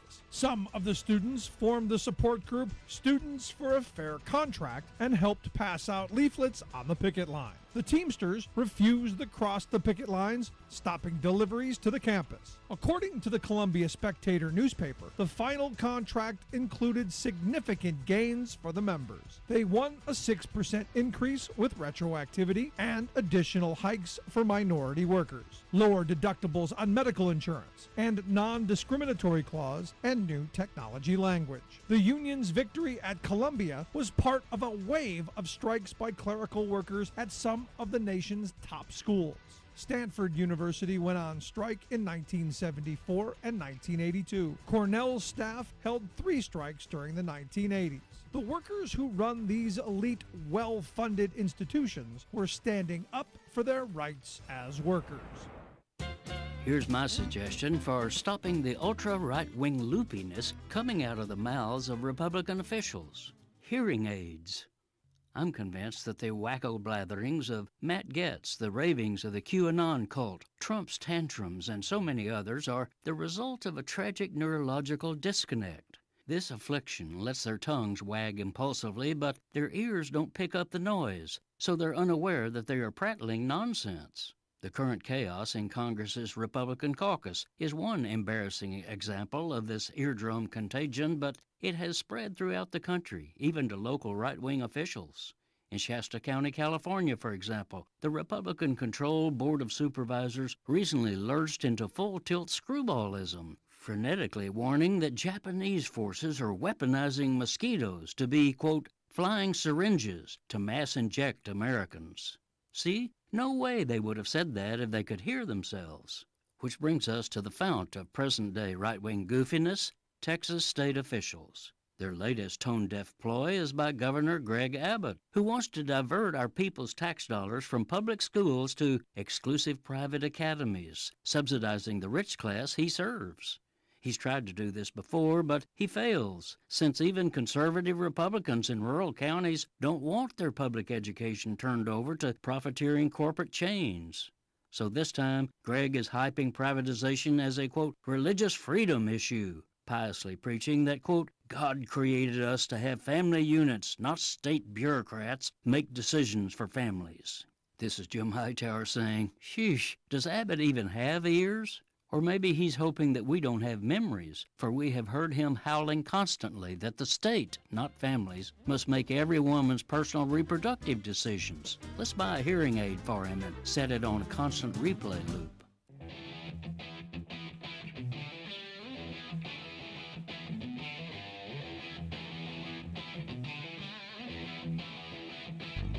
Welcome back to the Rick Smith Show. Now, here is Rick Smith. So, a really twisted story over at the Washington Post today. I gotta tell you, it's just one of those things that makes me go, what is wrong with us as a society? And I know lots wrong. But the headline is, how 91 felony charges boosted Trump's standing in the GOP. And one of the things that they led with is evidently went to the Iowa Faith and Freedom dinner last month and asked some people questions. And one of the guys that they asked a question to is, why do you, basically, why do you like Trump? Why are you involved in this? All this stuff. And he said, look, the people that don't like him, when they dislike him, it helps me like him more. If they'd ignore him, I probably wouldn't like him as much. And it asks, does that make sense? And the answer is no, that doesn't make any sense. Unless it's just your personality to want to be the contrarian.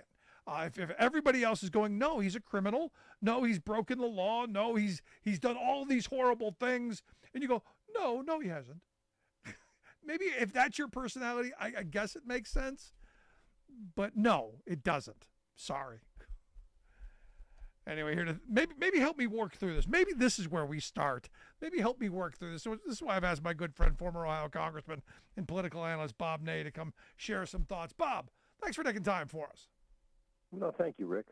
So does this make any sense? Okay. David Alexander, that's the engineer who attended that freedom dinner, okay? Yeah, he starts out, Trump's arrogant, he's egotistical, and he praised all the other candidates. Then he turns around and says that the people that don't like him, when they dislike him, it helps me like him more. So he completely turned around and went another direction. Now, kind of doesn't make sense, but I think what he's saying is he's buying into, he's at the freedom dinner or whatever, he's buying into the whole deep state. So you don't like Trump, but the deep state steps in, and now the system's against Trump, and they're trying to stop him as a candidate for president, and that's what this is about. So it's the psychology of, pity me because I'm right, but big government's trying to take me down. Yeah. That's the only way I can kind of translate that. No, that's that's where my mind is, and it's why he plays the martyr card every chance he gets. And look, no one plays the victim like Trump does. Honestly, you look at, he's a rich guy who's never done an honest day's work in his life, and somehow he's always the victim. Right, and now it's up to the 91 counts. Now, what amazes me is the strength that doesn't kind of amaze me as much, but the strength that he has gotten off of this because people say he's being picked upon. Now, at one point in time, you do stop, not you, but plurality, you do stop and say, maybe 40 counts would have been enough, maybe 50. When it gets to 91, it starts to be able to be a plausible theory thrown out there by Trump that, they just really want to make sure I'm not the president because I'm the right guy. Yeah. So or they're just piling on. Or the other part is overboard. He just broke a lot of laws. There you go. Same thing. But it all came at once. So when it first started out, it was like, okay, yeah, he did this, or maybe he mishandled the documents or whatever. Then as it grew and grew and grew, I think that's when the tide turned that it's, it was some kind of concerted effort because it all came, even though it's not, because it all came at the same time, took a couple years. Now, on the other hand, what kind of really blows my mind, though, is the fact that he's in the run in the polling against Biden. That in itself, it says that, I think what it says is that a lot of the independents are who would turn on Trump and who are toxic to Trump for other reasons are potentially staying home. And it's about voter turnout, Or we're at least a little over a year away from the next election. Yeah. Most people have lives. They're doing other things other than, playing the horse race politic of the presidential race. And the Republicans have a primary. And, well, I think if you want to call it a primary, and there's some energy on that side, because there's something there. As we're Democrats and Biden supporters are going, hey, I got a life. I trust what the guy's doing. He's doing a good job. There's not chaos every day. Could it be that? Could it be they're just not paying attention? Part of it could be they're not paying attention. Then part of it could be that they're just not satisfied no matter what he does at this point in time. Because they're Americans. let's take a Democratic voter who's really kind of like, I'm a little weak on Biden-Harris. I've got other things I'm doing. I'm not impressed with them. So in the polling situations, I'm kind of like, maybe we need another candidate. Now, as the dust settles and there's a candidate, which could be Trump or could not be Trump, but as it settles and it's Trump versus Biden, straight, head-on collision next election, then maybe those voters will come home. Yeah. I had it happen, Rick. I had it happen in my elections. I never polled for issues. I don't like polling, and then that's my issue. But I polled for where I was standing. And at one election, the independents were just not there, right? And so by election day, we made enough of an effort that independents came home because my district was 16% Republican index. we had our Democrat base that helped us, which is great, but we needed those independents, and they weren't there. And it was scary, and my pollsters are like, you're in trouble. Well, by election day, when it came down to me and another opponent, we did the right things to get the message out, and they came home. This could be the same thing in this presidential election. Yeah. Same thing. We'll see. Because, look, at the end of the day, I think Biden, for me, has exceeded expectations. Especially with everything that he's done on the labor side of things. I couldn't, the only thing I could ask for more is to actually, get some legislation passed. But with a dysfunctional House of Representatives, Bob, none of that's going to happen. So I got to ask you, with all your time that you spend in Congress, have you seen anything this entertaining? Never. And I'm watching also members in the meantime doing things that on other issues, just, I hate to even get into it, but just doing things and saying things. And Lindsey wants to now bomb Iran, Lindsey Graham. And I'm like, suit him up. Give him an airplane. Let him go. Let him fly over there, the Lindsey Graham special. And I'm looking at all of this. And there are House Republicans. I've talked to a couple of members, who messaged me. And there are House Republicans that realize that they're in the middle of a meltdown, a potentially fatal political meltdown that could literally, absolutely guarantee they don't have the House in 2024. They'll lose in the election, especially the centrist, Republicans. And then there are those in that House that don't care. Now, why can I criticize them more? If you're a Marjorie Taylor Three Names, and if you're a Matt Gaetz, and if you're part of the crowd that's really not going to accept anybody, and you're standing up, quote, for your principles, and you really believe you are the right, correct ones, why would you not have the foresight to realize what you are doing is going to make Speaker Hakeem Jeffries in 2024? And it's because they aren't there for the right reasons. They aren't there because they're standing up for principle. They're there for entertainment and personal purposes. That's why. Yep. Otherwise, this wouldn't be happening. No, I absolutely 100% agree. And sadly, we're just with all the chaos around the world and here at home, I agree with Michael McCall, the Republican from Texas, who's saying, look, there are threats around the world, and one of the biggest ones is in that room, meaning his Republican Party. Well, and they kind of had a deal. Scalise, if he won, Jordan supports him and was going to nominate him. They had that deal, sort of a, hey, we're going to pick whoever wins out of this caucus. Yeah, I wanted to ask you about that. Since you, yeah, sure. Because it's my understanding that Norm's being, you come out of that caucus, you've agreed that this is going to be our guy. Everyone kind of coalesces around the majority won. Elections matter, and it's just the vote kind of just a formality kind of thing. How often have people come out of these conferences, these caucuses, with their nominee, and then not get the votes on the floor? Never in my lifetime. Yeah, see, that's where because I was trying to find this, Never. and I'm going, the norm is you respect the election. So again, I'm looking at the chaos that they're causing, And, all of the norms of the past, they've just destroyed. And the sad reality is we're normalizing chaos.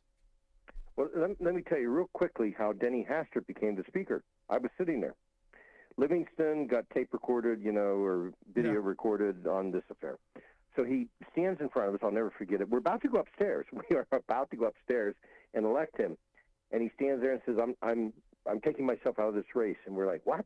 And people are yelling, no, no. And he said, no, I have a personal situation. I'm taking myself out of this race. Believe me, I just have to do this.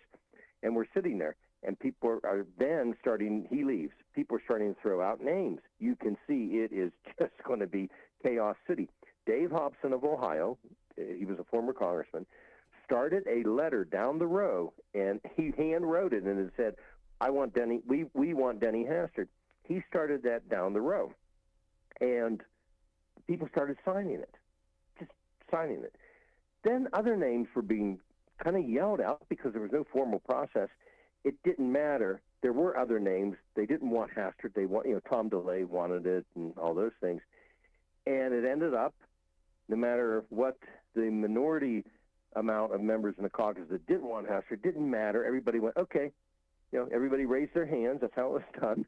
And we put Hastert in. That's just an example of not people being lemmings and following along. It's an example of you take your best shot in the caucus, and if you don't win, you go with what's best for the caucus, which is who the majority picks. Yeah. That's how it always happens. This McCarthy, and now this is the first and second time. Now Scalise, I had said the other day I thought Scalise would beat Jordan. I had said that. Then Trump comes out. Oh, Scalise he's got cancer. Trump comes right out and throws a match in the middle of everything. Leave it to Trump. That's what he did. No, but here's the thing, and this is where hearing you tell this is, you do your pie fighting behind closed doors. You don't take it in, you don't take it out into the public. Steny Hoyer at one time ran against Nancy Pelosi. I remember the race well. Steny was my ranking member of House Administration. I remember the whole race. He's running. He's aggressively trying to get votes. Nancy's aggressively trying to get votes. Steny was doing good. At the end of the day, Nancy won. They didn't. No one came along and defected on Nancy. And you can say, well, they just go along with the crowd. Well, you know what? That's what you do when you have inter-caucus elections.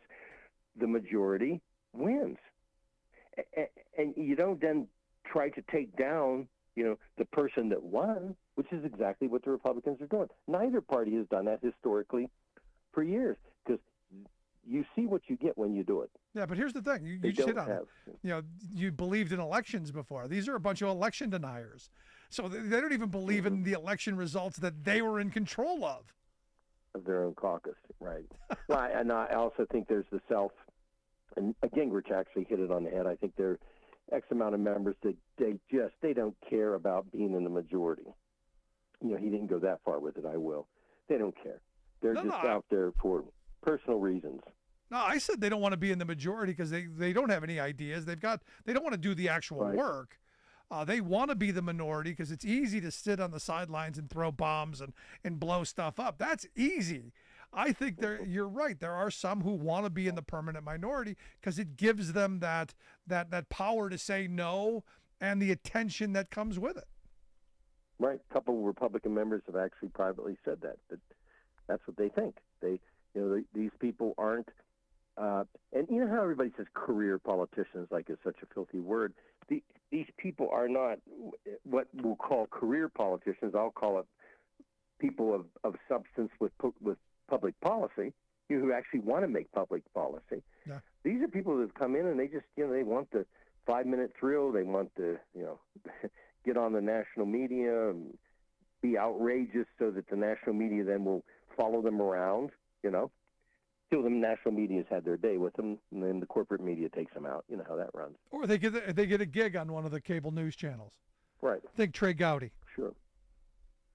Right. Exactly. Right. And finally, I got to get your thoughts on the George Santos debacle. I guess Wednesday Republicans were supposed to move a resolution to oust him. That didn't happen. He had a meltdown today over being confronted about Israel. He did not take that well. He looks like he's melting down a little bit. Yeah, he had what was the mystery baby thing? I have no idea. Okay. I don't know I don't know who in their right mind would hand that man a 2-month-old baby. I was just going to say, where did the baby thing come from? Is that a prop? Do you rent them or what? Anyway, I love to do what we're about in America, which is to say, innocent till proven guilty. And Santos, I can't say it. I mean, he used the corporate credit card and charged all kinds of things that he wanted to, and he lied, on the money he put in, and he was making $8,000 a year, and he said he put I mean, he's done. But it's going to be hard for them to throw him out. And here's why. If they are able to oust him before the trial commences, then somebody else, let's say, who gets in trouble and it's an iffy case, well, they almost have to oust them too. You can't just determine this is the ugly case, this is the iffy case. The iffy case, we won't oust them, we'll wait till the process unfolds. So they're kind of stuck with this. Otherwise, they're going to set a precedent that every time somebody's indicted, and maybe, there has been a history here and there of indictments that were haywire, and if that happens, then they would just throw everybody out automatically. So that's their dilemma on that, But he's done. Yeah. I mean, he's done. He's going to go away. Maybe he'll share time with Bob Menendez. He won't. He won't have any babies to hold. He may. Never mind. Not going there. No, don't go there. But that mystery baby. You can't make this stuff up. No. Look, while everything's burning and everything's in chaos, at least we can laugh. At least we still have that, right? A little bit. Yes, sir. There you go. Appreciate the time, Bob. Thanks so much. Thank you.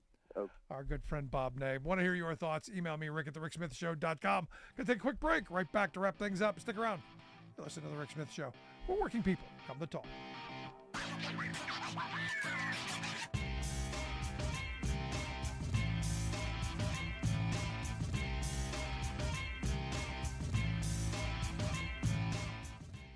I'm Rick Smith, and this is Labor History in 2.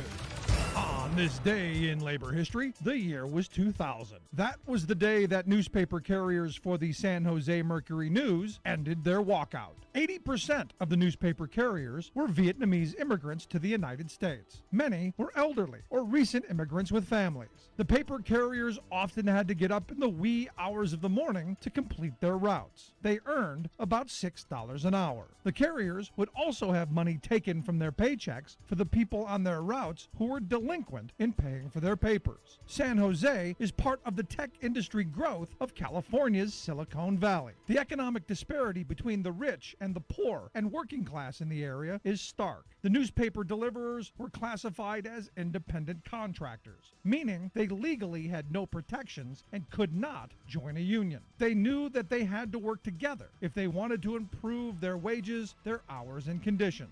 One carrier explained that the workers' concerns were, quote, thrown in the garbage by our supervisors. The carriers appointed John Hao-Do as their spokesperson. They demanded a 20% raise. When management would not listen to their demands, carriers on nearly 50% of the routes stopped delivering the newspapers. The walkout lasted 6 days. At the peak of the action, nearly 50,000 newspapers had gone undelivered. 557 carriers participated in the walkout. Finally, management agreed to a 12% raise. They also agreed to end the practice of garnishing wages for delinquent subscription fees. The paper also reinstated 4 workers who had been fired due to the walkout. The newspaper carriers had shown the power of collective action. Extra, extra, read all about it. Workers stand together and win better wages, hours, and conditions. Now that's a headline worth reporting. Like what you hear? Check out more at laborhistoryin2.com.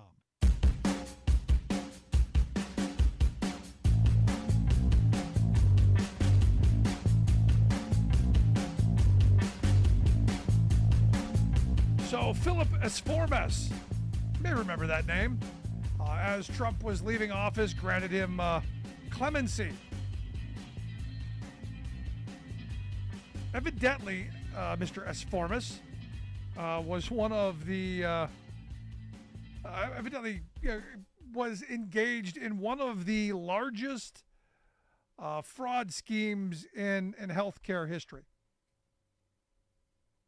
An enormous scandal. And was tried, convicted on a number of counts. I think it was 5 years, less than 5 years into a 20-year sentence. And of course, Trump bailed him out. Now, this is a guy who lived the high life. Beach house in Miami, luxury cars, designer clothes, high price escorts, something Trump knows a little bit about. He walked out of federal prison thanks to Donald Trump. Now the Justice Department is going back and charging him with the charges that he wasn't convicted on, that had no verdict.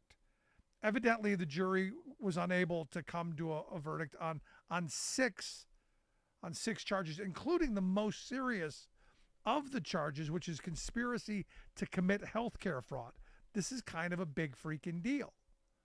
Now the question, and this is the weird thing, because in the past, it's one of those things, you let sleeping dogs lie. We've allowed presidents to pardon people and grant clemency so that people get out of jail, and you just leave it alone. Well, the Biden administration's going back and going, wait a second. This kind of is one of the largest ever healthcare scams in the history of the country. And why not go back and charge what he's still able to be charged on? Now, the things he was convicted of and granted clemency for, those are done. That you can't touch those. Now, what's interesting is the right-wing talk radio, right-wing cable news, the blogosphere, the Trumps, the red hats. They're all going, this is the deep state. The deep state's going after poor Mr. Esformis. And look, it's an interesting thing because you do want to honor the presidential powers, even if sometimes you go, wait a second, that seems a little, I don't know, self-serving. Seems a little questionable because it's supposed to be that the president is able to right wrongs. That if someone was, convicted and they maybe shouldn't have been, or there was a questionable conviction, if there were things that, I don't know, was no real evidence. We hear a lot of these murder trials based on, circumstantial evidence and eyewitness testimony, the least reliable testimony of any type of testimony. You could go, okay, well, we're gonna grant clemency to someone who spent 20 years in jail for a murder that maybe they didn't commit, that all the evidence points that it probably wasn't them. That's what it's supposed to be for, not ensuring that your rich buddies get to go back to criming. Now, as for me, someone who goes, I want rich criminals held accountable. You go, yeah, I kind of want this to happen, but I also go, this is, again, we're destroying norms of the past.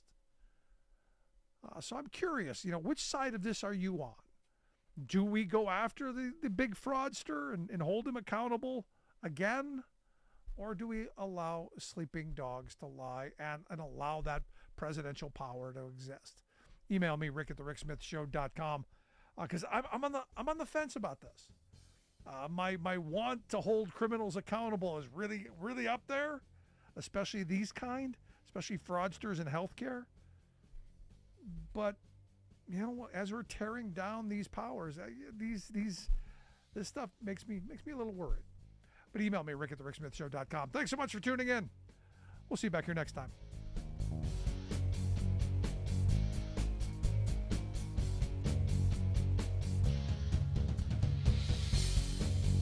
You've been listening to The Rick Smith Show. Email Rick at rick@thericksmithshow.com. Until next time, this has been The Rick Smith Show, where working people come to talk.